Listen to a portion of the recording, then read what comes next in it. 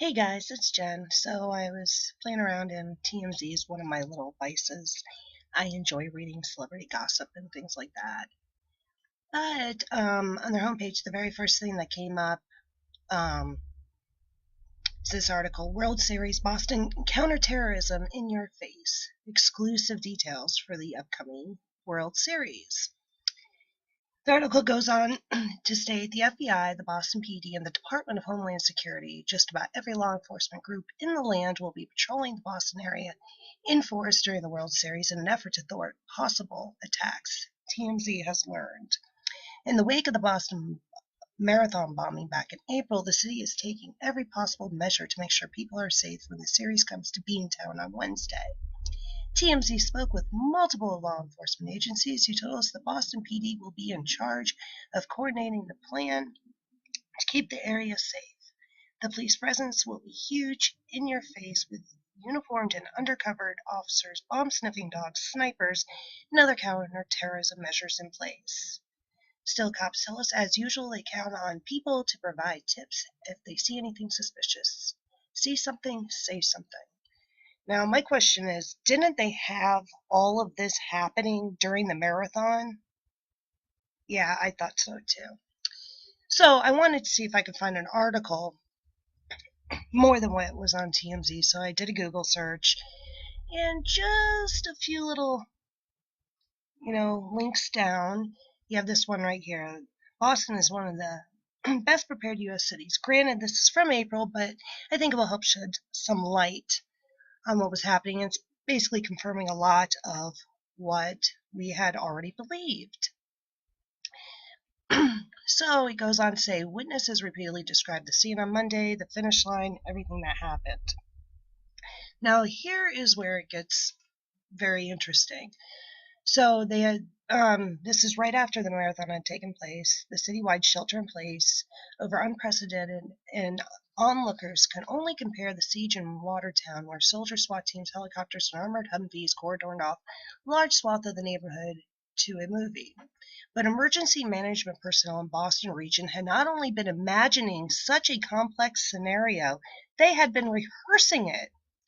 So prior to the marathon, it goes on to say, over the past 2 years, area hospitals have sent teams of doctors and nurses to citywide training exercises and run internal drills for mass casualty instances like bombs, plane crashes, and fires. Citywide disaster simulations conducted in 2011 and 2012 with hundreds of officials through hypothetical 24-hour crisis situation. Boston is one of 4 U.S. cities whose all-hazard plan has been accredited by EMAP, the National Emergency Planning Evacuation Program. Even local businesses these days have response plans in place, says Rick Nelson, a veteran of National Counterterrorism Center and senior associate at the Center of Strategic and International Studies. So, when the two pressure cooker bombs exploded on Monday afternoon, Boston's emergency operations centers knew exactly what to do. Emergency medical personnel affixed tourniquets to Boston's first responders all carry these battlefield dressings through many ambulances and hospitals nationally do not, to bloody limbs.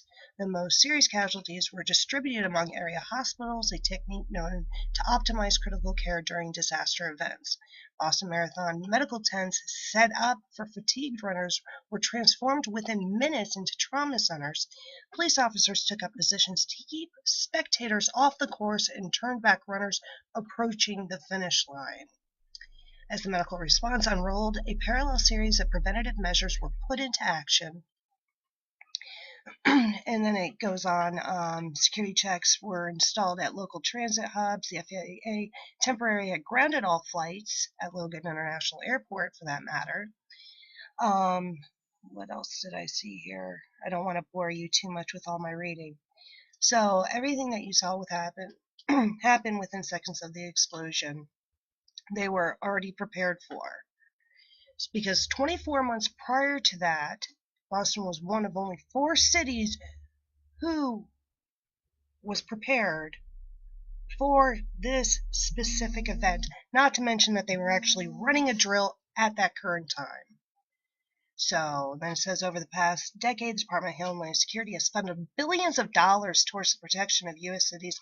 Boston is one of DHS's Tier 1 U.S. metro areas. So, and it goes on. I will leave links below so you can finish reading this, but basically it confirmed a lot of what we had already been talking about and confirmed a lot of things.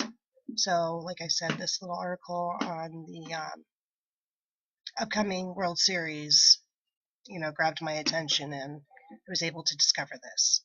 So